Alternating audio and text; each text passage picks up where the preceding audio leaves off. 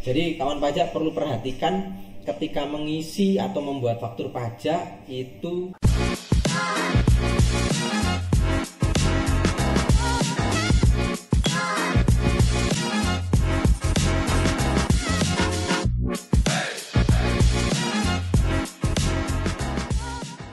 Halo kawan pajak, berjumpa lagi di Podcast 636 KPP Madya Gresik, inspiratif dan solutif. Gimana kabarnya Mas Ubi pagi ini? Alhamdulillah. Jadi kawan pajak, kalau kemarin kita bertiga ya Mas Ubi ya. Saya, kemudian Mas Ubi dan juga Mas Muiz kemarin bahas Per 03. Untuk kali ini kita masih sama, kita masih akan diskusi tentang Per 03, yaitu tentang faktur pajak. Cuman karena Mas Muiz ada pekerjaan yang lain, jadi kita berdua aja di sini. Diskusi tentang faktur pajak di Per 03. Santai. Diskusi santai saja Mas Ubi. Jadi kalau kemarin kita kan sudah bahas di Per 03 itu tentang bagaimana sih perubahan alamat, kemudian bagaimana pencantuman NIK atau paspor gitu kan. Kemudian satu lagi itu batas upload faktur pajak. Kalau hari ini kira-kira kita mau bahas apa ini Mas Ubi? Nanti ya karena masih terkait dengan Per 03, mungkin nanti kayak bahas ini ya, kayak penggantiannya seperti apa, terus kemudian pembatalan fakturnya kayak apa. Mungkin gitu aja ya. Oke, siap. Kita ngobrol yang ringan-ringan aja kawan pajak. Jadi ringan-ringan tapi ini sering kita temui ya Mas Ubi ya. Sering kita temui di ketika kami berdua itu bertugas sebagai petugas helpdesk atau konsultasi, beberapa wajib pajak juga sering mengalami hal ini. Lanjut dulu, yang pertama terkait dengan penggantian faktur pajak. Penggantian faktur pajak itu boleh nggak sih sebenarnya wajib pajak melakukan itu? Kalau di aturan di Per 3-nya itu memang diatur. Ya. Kayak apa sih faktur pajak yang boleh diganti itu? Ya. Nah, itu disebutkan bahwa faktur pajak yang boleh diganti itu adalah faktur pajak yang misalnya terdapat kesalahan tulis gitu. Kemudian ada kayak apa ya, pokoknya data-data yang atau keterangan yang diisi di faktur pajak itu semuanya bisa diganti. Gitu. Karena memang tidak dibatasi apa sih yang boleh diganti, hanya satu yang boleh diganti. Dua. Pertama itu adalah nomor seri faktur pajaknya. Yang kedua adalah masa pajak. Diganti nggak boleh yang diganti ya. Masa pajak normalnya nggak boleh diganti, itu aja. Jadi contoh misal ini kawan pajak, saya sebagai wajib pajak bikin faktur pajak normal bulan Mei, kan? Kemudian ternyata saya salah input jumlah barang atau nilai barang seperti itu. Saya kemudian ganti nih di bulan Juni ini gitu.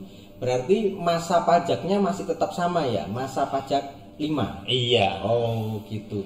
Nggak bisa masuk ke Juni Mas Ubi? Nggak bisa. Itu kalau ini kalau kita klik di normalnya, terus kemudian kita klik untuk buat faktur pajak pengganti. Nah, begitu kita buat, itu masa pajaknya jadinya grey.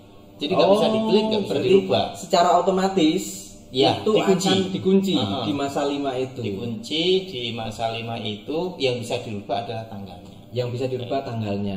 Kalau tanggal faktur pajak pengganti sendiri itu mengikuti di saat dibuat atau bisa enggak ke masa ke bulan 5-nya itu? Kalau yang sebelumnya kan bisa tuh. Kalau sebelumnya menggunakan tanggal sama dengan normalnya. Betul. Nah, tapi untuk yang Per 03 ini diatur bahwa di penggantian fakturnya itu seperti apa. Pertama, dia harus masih di masa pajak yang bisa dibetulkan kondisinya.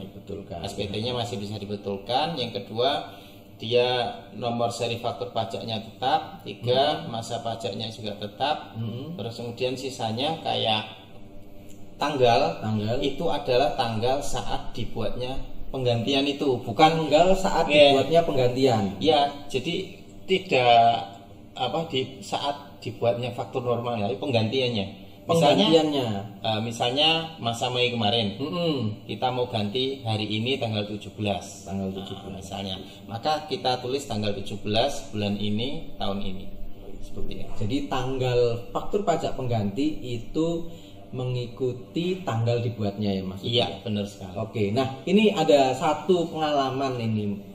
Kemarin itu ada wajib pajak bertanya ke saya kalau dia itu salah menulis alamat dari laman transaksi.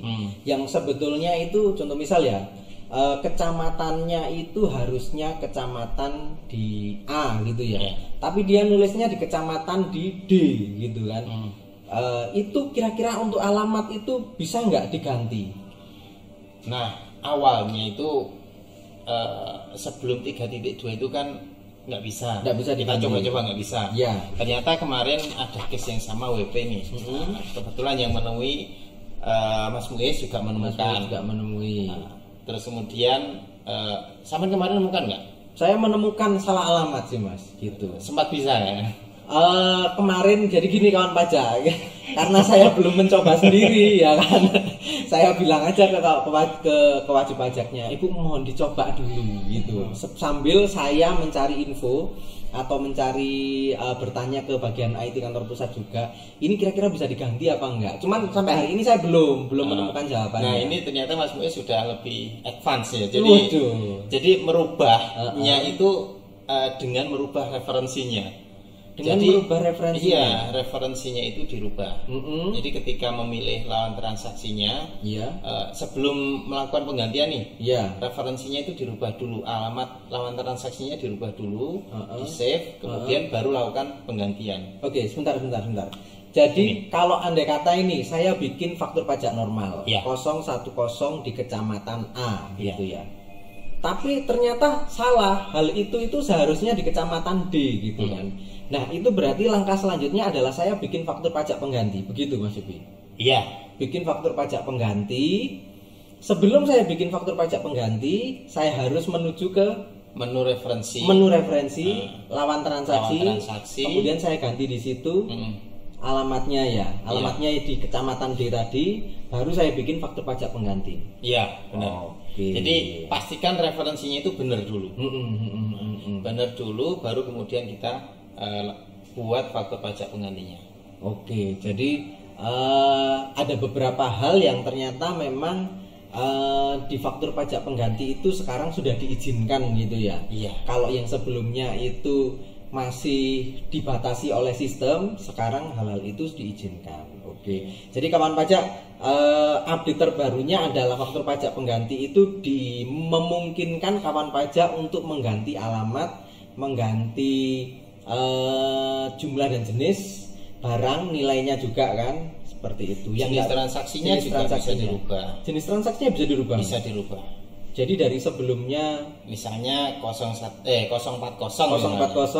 dirubah jadi 010. Oh, seperti bisa. Itu. Berarti yang 040-nya otomatis tidak dipakai ya, yang awalnya ya 040. Diganti menjadi 01. 041 atau 011, Mas? Oh iya, maaf. 011 jadinya. 011 ya. Tapi itu merujuk ke faktur pajak sebelumnya 040 gitu. Benar, bisa ternyata itu. Oh, ini saya baru tahu nih kawan pajak. Baru tahu hari ini kawan pajak. Jadi di aplikasi perpajakan itu kan saat ini kan kawan pajak, sebagaimana kawan pajak yang tahu kan, dinamika perubahannya sangat cepat sekali ya Mas Bia. Jadi dari yang sebelumnya tadi nggak bisa, sekarang sudah mulai bisa seperti itu. Yang sebelumnya alamat awal-awal dulu berlakunya per 03 nggak bisa kan diganti. Nah sekarang dengan faktur pajak pengganti bisa seperti itu.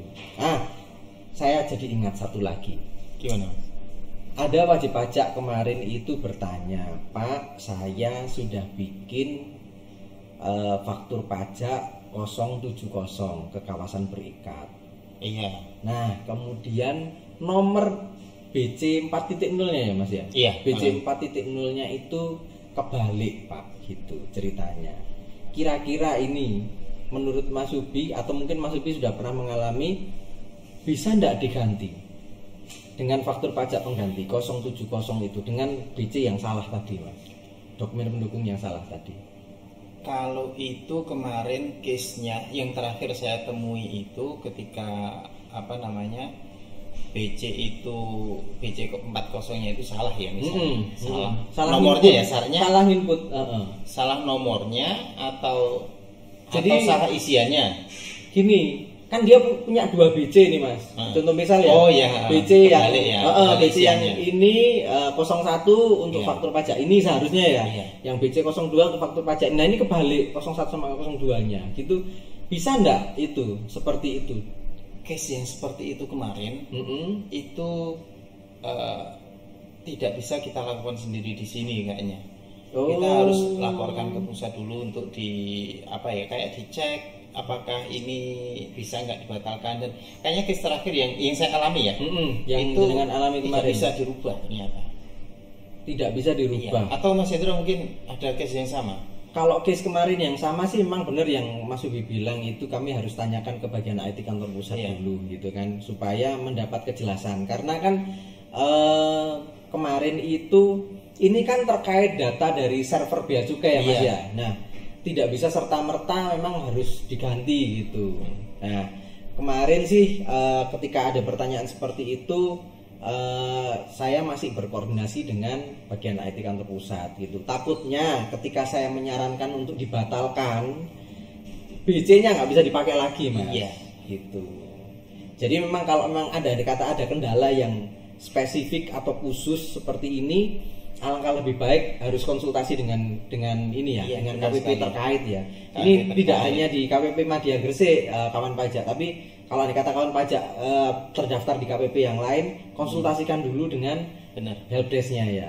Itu kemarin kan sempat kan bersamaan ya, antara PIB dan BC 07 waktu itu kan bersamaan ya. Iya, betul. Banyak masalah bersamaan ketika berlakunya 3.1 3.0 ke 3.1 ya, itu bersamaan. Nah, kemarin ada kasus yang mirip. Jadi PIB-nya ternyata yang waktu itu bisa.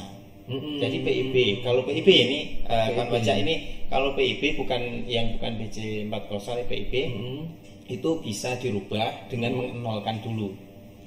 Itu bisa. Tapi kalau BC itu yang kemarin sampai terakhir itu belum ada konfirmasi, jadi terkait mampunya justru. Berarti masih menunggu ya Mas ya, masih menunggu. Nah, ini berarti kawan pajak perlu perhatikan bahwa memang faktur pajak itu kan sudah terintegrasi dengan sistem. Ya, semuanya terintegrasi dengan sistem, dan kebetulan untuk beberapa poin itu sistem faktur itu berkaitan dengan sistem faktur ya, sistem server yang lain. Jadi contoh misal kayak tadi Bea Cukai itu terkait dengan kita gitu kan, dan lain sebagainya gitu. Jadi kawan pajak perlu perhatikan ketika mengisi atau membuat faktur pajak itu harus benar-benar teliti berarti ya Mas ya. Iya. Atau ada tips triknya nggak ketika bikin faktur pajak, ketika buat faktur pajak itu? Ada. Jadi kayak data-data dari Bea Cukai seperti BC 04 tadi, 40 ya, BC 40, terus kemudian data PEP, data PIB, dan lain-lainnya, itu sebenarnya wajib pajak bisa mengimpor data tersebut dari web.efaktur.pajak.go.id. Jadi dari situ bisa diimpor, terus di-download lah ya bahasanya, di-download dulu. Nanti filenya itu tinggal ngasih nomor seri faktur pajaknya saja, kemudian diimpor di di aplikasi. Itu kalau itu lebih valid, artinya data tersebut sudah ada di BC, sudah ada di kita juga, tinggal di upload. Gitu. Jadi diimpor kemudian diupload. Tapi kalau kita input manual sendiri, sangat mungkin sekali untuk salah klik nomor-nomornya, dan itu banyak kejadian. Nah, kalau begitu sebenarnya DJP sendiri sudah memfasilitasi berarti kan? Sudah. Dan itu baru loh Mas. Baru ya? Baru kalau nggak salah saya ingat itu April awal baru bisa. Nah ini, jadi DJP sendiri sebenarnya sudah memfasilitasi kalau kawan pajak ini ada transaksi yang ada kaitannya dengan Bea Cukai, itu silakan gunakan menu Prepopulate tadi ya. Bukan Prepopulate, apa itu namanya? Prepopulate juga, cuma dia ada di web e-faktur, bukan di aplikasi e-fakturnya. Jadi ada di web e-faktur gitu ya. Nah, kemudian ketika sudah di-download data itu tinggal memberi nomor seri faktur pajak. Pastikan itu 070 berarti ya, atau iya, 0 itu kalau BC, kalau itu BC ya. BC 40. Kalau ada data apa namanya impor ada lagi. Oh iya. Impor ada lagi. Jadi pastikan kodenya juga benar kan gitu. Tapi kan? itu memang di web e-faktur tabnya beda-beda kok. Setiap dokumen bea cukai itu di-download sendiri. Jadi tidak dicampur jadi satu. Nggak dicampur ya. Berarti bisa dipilih sesuai dengan transaksi yang sudah dilakukan gitu kan. Iya. Dicek ada nggak di situ. Kalau ada, berarti seharusnya ini bisa langsung diupload. Kalau nggak ada, kemungkinan data ini belum sinkronisasi dari bea cukai dengan pajak. Oke, jadi DJP sendiri sudah memfasilitasi, tinggal kawan pajak ini memanfaatkan itu. Kemudian ketika butuh untuk membuat faktur pajak, bisa menggunakan menu impor berarti ya. Benar. Seperti menu impor, dan itu kemungkinan kecil untuk ada kesalahan, salah tulis, salah ketik gitu kan, itu minim kan, meminimalkan itu. Minim. Oke. Ya harapannya ke depan itu sama seperti impor faktur pajak masukan. Harapannya seperti itu kan kita nggak perlu klik-klik ya, lagi, betul. cuman kita lihat ini bisa dikreditkan atau enggak, atau dikreditkan di masa apa, seperti itu aja. Iya. Ini ngomong-ngomong masalah faktur pajak masukan ini Mas Ubi. Nah, faktur pajak masukan itu beberapa kasus yang pernah saya temui itu wajib pajak itu buru-buru untuk ngupload. Iya. Aduh, saya juga pernah nggak dapat ini pertanyaan dari wajib pajak seperti itu? Beberapa kali. Gimana ceritanya? Dan awalnya itu saya bersemangat sekali. Ini harusnya bisa dirubah gitu. Seharusnya udah terlanjur di upload, kemudian sudah terkreditkan di masa apa kan belum dilapor nih SPT-nya. Seharusnya kan bisa dirubah. Tapi ternyata begitu kita tanyakan ke pusat, ini memang tidak bisa dirubah. Jadi atas faktur pajak masukan yang sudah terlanjur diupload di masa tertentu itu nggak bisa dirubah. Masalahnya kan beda ya. Misalnya nih ada faktur pajak kita terima bulan Mei. Kita bikin ilustrasi aja. Contoh gimana? Misal ada faktur pajak masukan bulan Maret. Bulan Maret. Kemudian kan kawan pajak kan ngambil dari Prepopulit gitu kan. Ilustrasinya kan seperti itu. Kita ngambil dari Prepopulit. Kemudian kawan pajak mungkin punya perhitungan sendiri di mana Pak faktur pajak yang Maret ini mau tak kreditkan di bulan April gitu. Tapi ternyata terlanjur mengkreditkan di bulan Maret gitu. Nah, itu bisa enggak dirubah atau bisa enggak diinikan? Nggak bisa. Sudah saya sampai memastikan itu bulan Mei satu kali kirim pertanyaan ke pusat. Ini gimana? Terus saya ulang lagi kemarin akhir Mei, saya tak ulang lagi. Ada case yang sama, terlanjur nih. Karena kalau ini tidak dirubah, ada wajib pajak tertentu itu yang faktur pajak masukannya itu menentukan cash flow-nya. Betul. Betul. Iya Pak, nggak apa-apa kalau misalnya nilainya cuma ratusan ribu atau 1 juta. Masalahnya ini 500 juta Pak. Jadi gimana ini gitu. Nah, wah iya juga ya. Terus kemudian saya tanya ulang ke pusat. Saya tanya, ini bisa nggak ya dirubah? Ternyata tidak bisa. Gitu. Jadi kawan pajak perlu diperhatikan dengan terkait faktur pajak masukan. Jangan buru-buru atau lebih teliti lagi ketika memilih faktur pajak yang akan dikreditkan. Iya, benar sekali. Iya. Jadi kalau sudah terlanjur ngeklik di upload faktur pajak masukan itu, walaupun belum lapor SPT masa, itu sudah dikunci gitu ya ceritanya. Pokoknya kuncinya ketika upload. Jadi critical point-nya ketika upload. Critical point-nya itu ketika uploadnya itu. Ketika kita upload, maka saat itulah dikunci. Artinya faktur pajak ini sudah dianggap faktur pajak. Seperti jadi, walaupun itu belum dilaporkan loh Mas. Belum dilaporkan. Kan faktur pajak itu setelah jadi faktur pajak baru dilaporkan. Jadi kalau sepanjang belum diupload, dia belum jadi faktur pajak. Begitu sudah diupload, nah dia jadi faktur pajak dan kemudian masih ada satu lagi harus dilaporkan di SPT. Karena kalahkannya seperti itu. Betul. Berarti ini saya ingat yang ada di aturan Per 03 itu bahwa ketika faktur pajak itu sudah mendapat approval, berarti itu boleh dibilang bahwa faktur pajak yang sudah mendapat approval DJP itu adalah faktur pajak yang sudah valid gitu ya. Valid dan bisa dikatakan sah lah gitu. Sah gitu kan. Tinggal dilaporkan di SPT Masa gitu ya. Benar. Jadi kalau kawan pajak sudah ngeklik approve gitu ya, baik itu faktur pajak keluaran maupun faktur pajak masukan itu dan sudah mendapat status approve gitu kan. Approval sukses lah. Approval sukses itu berarti sudah sah. Sudah gitu. sah. Cuman untuk case yang tadi Mas, untuk yang faktur pajak masukan mungkin karena nggak bisa dirubah dari sistem DJP dan memang terbatas ya, memang dibatasi ya, sengaja dibatasi. Jadi mungkin langkah yang paling mungkin untuk diambil oleh WP itu adalah minta lawan transaksi untuk membatalkan fakturnya. Tapi kan itu langkah yang apa ya Mas ya? Akhirnya kan seharusnya sistem administrasi yang seharusnya mudah gitu kan. Jadi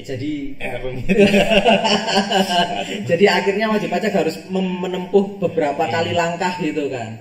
Iya. Nah, makanya itu dengan podcast ini kita itu mengingatkan juga kan kawan pajak, hati-hati walaupun sekarang dipermudah, tapi tetap ketelitian wajib pajak ketika membuat faktur pajak, ketika menginput faktur pajak, ketika mengkreditkan faktur pajak itu juga menjadi poin penting gitu. Benar kan sekali. Supaya nanti tidak salah menginput, tidak salah buat, tidak salah ketik, tidak salah lapor, salah kode transaksi seperti itu, salah mengkreditkan juga seperti dan itu. Ada juga yang salah dia ambil faktur pajak masukan yang salah dibuat oleh penerbit fakturnya. Jadi memang ketelitian orangnya itu sangat dibutuhkan di sini karena faktur pajak kan ada wajib pajak tertentu, nggak cuma 1, 2, 20, ada yang sampai ratusan, ada ribuan pajak masukan terutama ya. Kan kita nggak nginput sendiri, tiba-tiba muncul. Nah, kalau kita nggak cek satu-satu, memang agak susah. Ada case wajib pajak ini dia sudah upload semua, yakin ya benar nih gitu. Sudah upload semua. Upload langsung. Begitu diupload ternyata ada beberapa faktur pajak ini yang bukan jadi haknya. Seperti itu juga. Ada nggak maksudnya gini, kalau menurut Mas Ubi itu enaknya upload faktur pajak masukan itu mingguan, bulanan, atau di akhir masa pelaporan? Kalau yang pernah Mas Ubi temui. Baiknya kalau baiknya ya karena kalau misalnya jumlahnya banyak, sebaiknya untuk menghindari error dan lain sebagainya, ketika bisa dilakukan harian, lakukan aja harian. Lakukan harian ya Mas ya. Harian dalam arti gini, setiap kali ada transaksi yang diterima, faktur pajak yang diterima atau informasi transaksi faktur pajak diterima, cek dulu gitu. Terus kita pastikan, oh iya benar, upload aja langsung, nggak masalah. Tapi dihitung dulu biasanya. Betul, dihitung dulu. Ini dikreditkan di masa mana. Boleh aja kan. Terus kemudian kalau misalnya nggak memungkinkan harian, ini nggak terlalu banyak. Berarti dilakukan mingguan atau berapa hari sekali gitu. Dan terutama kalau misalnya jumlahnya banyak, itu lakukannya di hari-hari yang tidak sibuk. Hindari hari Senin dan Jumat. Ini tipsnya kawan pajak. Iya. Jadi kalau andai kata transaksinya banyak, besar gitu kan, ratusan gitu kan, atau ribuan, itu lebih baik jangan di hari sibuk gitu. Biasanya itu hari sibuk itu yang beberapa pengalaman WP yang cerita Senin dan Jumat itu agak sering banyak errornya. Nanti kalau sudah Rabu, ini Selasa dan Kamis masih sibuk, antara nggak sibuk dan sibuk lah. Kalau Rabu ini biasanya sudah mulai sudah mulai lancar ya. Itu pengalaman beberapa WP dan kayaknya nggak selalu ya. Nggak selalu sih Mas. Jadi sebetulnya dari DJP sendiri selalu memperbaiki kualitas layanan gitu kan. Cuman memang terkait dengan sistem atau aplikasi memang ada beberapa hal yang tidak bisa dihindari, seperti misal traffic gitu ya, maksudnya kemacetan. Biasanya yang pernah saya temui itu gini Mas, jadi tanggal 28 atau 29-nya itu tanggal merah. Nah, itu. Iya, itu benar itu. Tanggal 30 batas terakhir atau mungkin tanggal 31 batas terakhirnya kan gitu kan. Jadi tanggal 30 itu mau upload faktur pajak masukan itu kadang mengalami kendala, mengupload faktur pajak keluaran juga mengalami kendala gitu. Jadi memang tidak bisa dihindari atau bisa dipungkiri bahwa ketika 28, 29, 30 itu tanggal merah, berarti tanggal 31-nya nanti lebih banyak wajib pajak yang sedang melakukan upload faktur pajak itu. Atau mungkin tanggal 30, 31-nya tanggal merah gitu. Kemudian tanggal 1-nya gitu kan yang lebih banyak wajib pajak yang mengalami kendala di situ. Jadi memang benar apa yang disarankan oleh Mas Subi, ketika transaksinya banyak, cek dulu transaksinya, silakan diupload di hari-hari yang tidak terlalu sibuk, hari Selasa sampai Kamis itu gitu. Dan lakukan secara berkala, berarti seperti itu ya Mas Subi ya. Iya, baiknya begitu, jangan nunggu seperti sebelum-sebelumnya ya. Ada yang nunggu sampai akhir bulan, kalau masukan ya ini. Iya. Akhir bulan baru kemudian di-upload. Wah, ini rawan banyak salah. Rawan gitu. Banyak salahnya gitu. Dan rawan error. Rawan error juga. Error bukan masalah aplikasinya, tapi kadang servernya terlalu sibuk. Betul. Kadang servernya down di akhir-akhir itu. Yang dikhawatirkan itu. Jadi hanya untuk jaga-jaga sih sifatnya. Lebih ke arah supaya menghindari hal-hal yang tidak diinginkan. Sudah waktunya mepet mau lapor, ternyata ada kendala di aplikasi atau sistem. Itu tidak ada beberapa kali pernah kita temui ya Mas Subi ya. Tapi alangkah lebih baik itu dihindari kan seperti itu. Tapi kawan pajak akhir-akhir ini ya, sejak berlakunya PER 03 ini sepertinya jarang mengalami istilahnya error di akhir-akhir itu sudah mulai berkurang. Oh iya, sudah mulai berkurang dan ternyata mereka sudah mulai tertib nih. Kayak buat faktur pajak keluaran, buat langsung upload, dan itu yang benar memang. Karena telat ya telat juga. Betul. Gitu.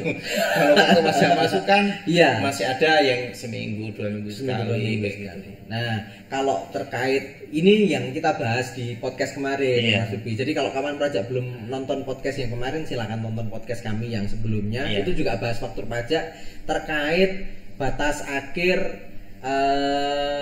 upload faktur pajak keluaran, gitu kan. Kita ingatkan lagi bahwa batas akhirnya adalah tanggal 15 bulan berikutnya, seperti itu. Jangan sampai kelewat. Ketika kelewat itu juga jadi masalah. Benar. Kawan pajak nanti akan harus membatalkan atau harus membuat faktur pajak gitu kan. Nah, itu membawa konsekuensi tersendiri seperti itu. Baik, Mas Subi, sepertinya obrolan kita itu asik sekali kan gitu kan. Cuman ya kita harus membatasi sampai di sini dulu. Ini tadi baru satu bahasan. Satu bahasan kawan pajak.